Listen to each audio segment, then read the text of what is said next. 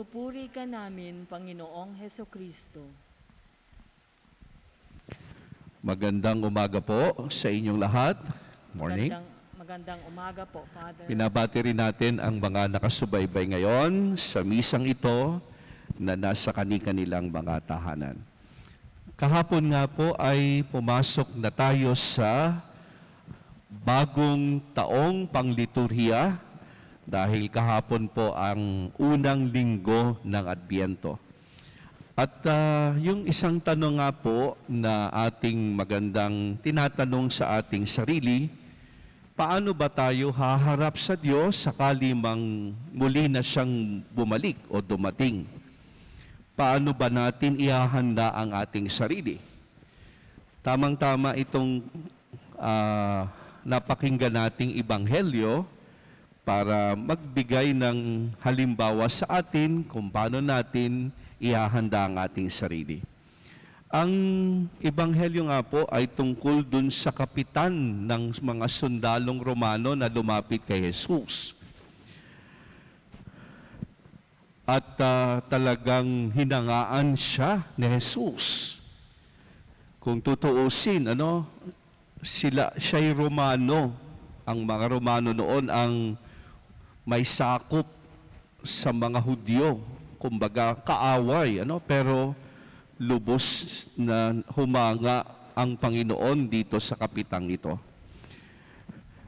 May ginagamit po tayong paglalarawan sa isang taong mabuti. We call it good breeding. Ang ganda naman ng breeding ng taong ito. If someone says that a person has a good breeding, it means the person has good manners. Ang ganda naman ng breeding nito.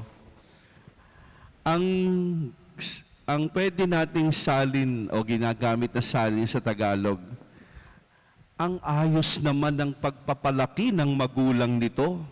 Napakagaling naman ng pagpapalaki ng magulang nito. Ganda ng larawan nun, kung magulang ka, naringgan mo na ba na sinabi sa'yo, ang galing naman ng pagpapalaki mo sa anak mo? May breeding. O, narinig mo na bang compliment yon? Ang kabaliktaran po nun ay the person lacks good breeding. Tamo yung taong yan, walang breeding. Ibig sabihin, magaspang ang ugali. Ibig sabihin ay bastos. Ako, hindi yata maayos na pinalaki ng magulang yan. Walang breeding. At ito yung parang paglalarawan na gusto kong gamitin dun sa kapitan na hinangaan ni Jesus sa Ebanghelyo. Ako po'y mahilig ngang mag-alaga ng mga aso. Ang aking gusto yung mga large breed, yung mga malalaki. Buhat pa noon, ako'y nakapag-alaga na ako ng German Shepherd, yung matapang pang isang aso. Pero ngayon po, ang alaga ko ay Golden Retriever. Meron akong 4 na asong inaalagaan sa seminaryo. Nagustuhan ko itong asong ito. Malaki, pero ang ganda ng, ano bang tawag doon? Kahit malalaki, maamo at saka malalambing. Kaya nga, yung isa, yung inahin ng aking mga aso na Golden Retriever, pinangalanan kong Sweetie. Malaki pero malambing. At dahil yung mga anak niya ay malalambing din, ang ipinangalan ko mga chocolate. Yung isa ay si Oreo, yung isa si KitKat, yung isa si Kisses. Malalaki. Para matatakot ka pero ang babait, ang aamo, kahit hindi kilala. Ganda ng breed ng ganong aso, parang hindi mahirap alagaan, Bagamat malalakas kumain yung mga aso. At ito nga, pinag-uusapan natin yung breeding. Ano? At dito nga sa kapitang ito, ay parang hangang-hanga ang Panginoon. At sabi pa niya, hindi pa ako nakatagpo sa Israel ng ganito kalaking pananalig. Oh, maringgan mo yon sa bibig ng Panginoon. Sabihan niya yung tao ng ganon. Siguro kung uso na yung expression natin na Lodi, baka sinabihan ni Lord, wow, Lodi, sana all. Mga expression ngayon ng mga. Pero palagay ko po, hindi lang na-impress si Lord sa pananalig ng kapitan, kundi sa ipinamalas na asal at pag-uugali. Kaya ang conclusion ko nga, ang ganda ng breeding nitong kapitang ito na Romano. Nais ko magbanggit ng ilang baring hindi diretsang tinukoy, pero pwede nating makuhang magandang ugali nitong kapitan. Una, nang sabihin nung kapitan, nang lumapit siya kay Jesus, Ginoo, ang alipin ko po ay naparalysis. Siya po ngayon ay nararatay. At sabi ni Jesus, sige, pupuntahan ko, pagagalingin ko siya. Sabi nung kapitan, hindi na po. Hindi po ako karapat-dapat na puntahan ninyo sa aking bahay. Kung tutuusin, mataas na tao to. Sundalo. Ito sila yung may control sa mga Hudyo. Pero yung sabihin niya, hindi na po. Hindi po ako karapat-dapat. Di ba ito yung ating nire-recite bago tayo tumanggap ng komunyon, ano? Hindi po ako karapat-dapat magpatuloy sa inyo. Ngunit sa isang salita mo lamang ay gagaling na ako. Dito galing yung ating sinasabi bago tayo tumanggap ng komunyon. Pero sa tingin ko po, may mas malalim pang dahilan kung bakit ayaw papuntahin ng kapitan si Jesus sa bahay niya. Dahil siguro po alam ng kapitan na maaaring mapahamak si Jesus. Dahil nga ang mga Hudyo galit sa kanila, mananakop sila. Baka pag pumunta si Jesus doon, baka paratangan siyang traidor. Bakit ka nakikisama sa mga Romano? Kaya sabi niya, hindi na po. Gusto ko man siguro, kung pwede nating lagyan ng ibang dialogue, pero wag na po. Kaya sabi ko rito, ang ganda ng breeding, iniisip ang kapahamakang maaaring sapitin ng iba. Baka mapahamak pa itong taong ito. Baka pagbintangang taksil ng kanyang mga kababayan. Magandang breeding ng tao yon, iniisip na hindi mapahamak ang iba. Pero may mga tao po, walang breeding. Di na mahalaga kahit ang iba'y mapahamak. Ako'y nainis dun sa isang balita. Ngayon, umiinit ang ating politika. Merong isang kumakandidato sa pagka-presidente. Nako, ginawa ng hindi maganda. Siguro hindi niya taga-suporta. Anong ginawa? May mga nagpa-deliver ng multiple orders na cash on delivery. Ibig sabihin, pag dinala sa bahay mo, ikaw ang magbabayad. At yung halaga lang lahat ng mga deliveries ay 100,000. Sa kagustuhan sigurong inisin itong kandidatong ito. O sa kagustuhan na mapasama. Hindi nila naisip nung gumawa nito, na ang nilalagay nila sa alanganin, yung mga ordinaryong delivery riders. Di bali nang maperwisyo ito, basta't ito'y mainis namin. Grabe yung mga tao ngayon, Wala nang breeding. Hindi na iniisip kung mapapahamak ang iba.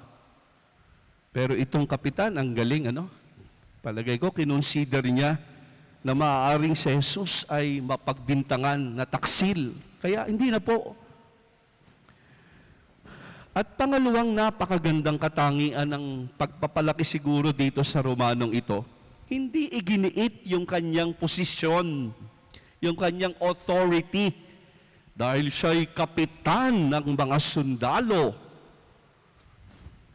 At sa halip na i-insist,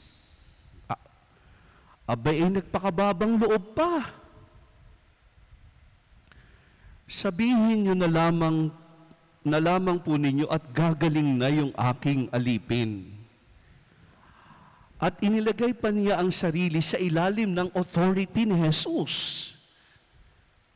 Ganda ng salita ng kapitan. Ako po'y may pinuno na nakakataas. Kapag sinabihan po ako, pumunta ka, ginagawa ko. Ako din po, may mga tauhan na mababa sa akin. Pag sinabihan ko po siya, ginagawa ko rin. Kaya sabihin nyo na lang po, sa salitang yun, ipinapailalim niya ang sarili sa kapangyarihan ni Jesus. Kinikilala niya si Jesus. Hindi iginiit ang kanyang authority, kundi nakiusap.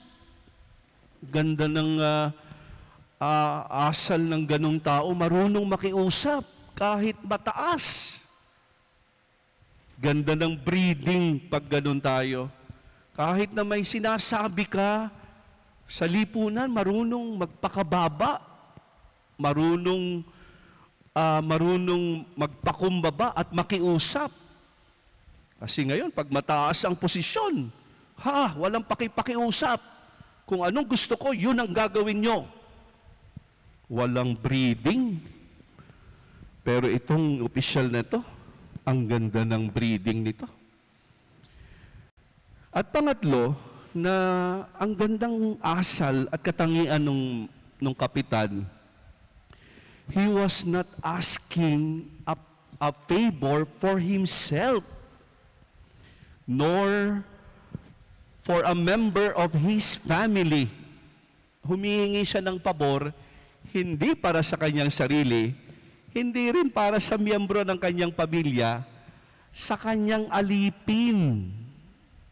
Noon po ay napakababa ng tingin sa alipin.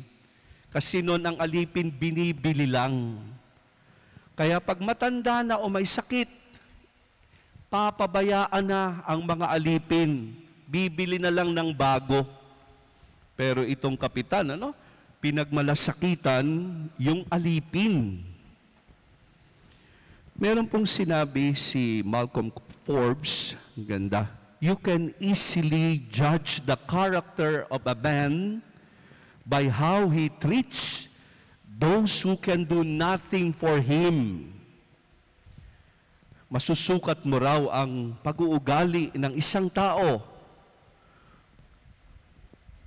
kung paano niya tinatrato yung mga walang maibibigay sa kanya.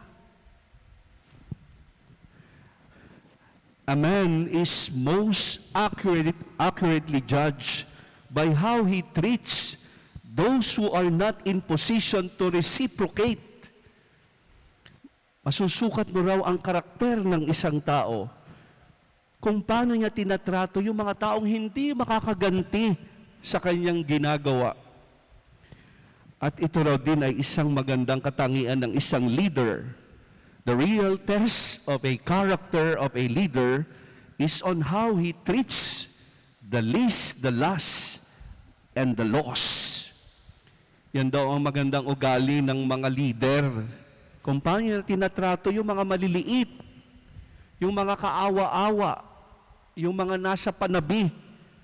Pag ganong leader ka, ang ganda ng karakter mo as a leader. Ngayon po, ang mga leader natin, pinagsasamantalahan ang mga mahihirap. Pag eleksyon, ginagamit. Ako'y para sa mahirap. Pag tapos na ang eleksyon, nakalimutan na ang mga pinangakuan niyang paglilingkurang mga mahihirap. But the Lord saw in this centurion, kapitan na ito, a man, he saw in this man a nobility of character. Isang taong marangal. Kaya ang sabi ko dito, ang ganda ng breeding nitong taong ito.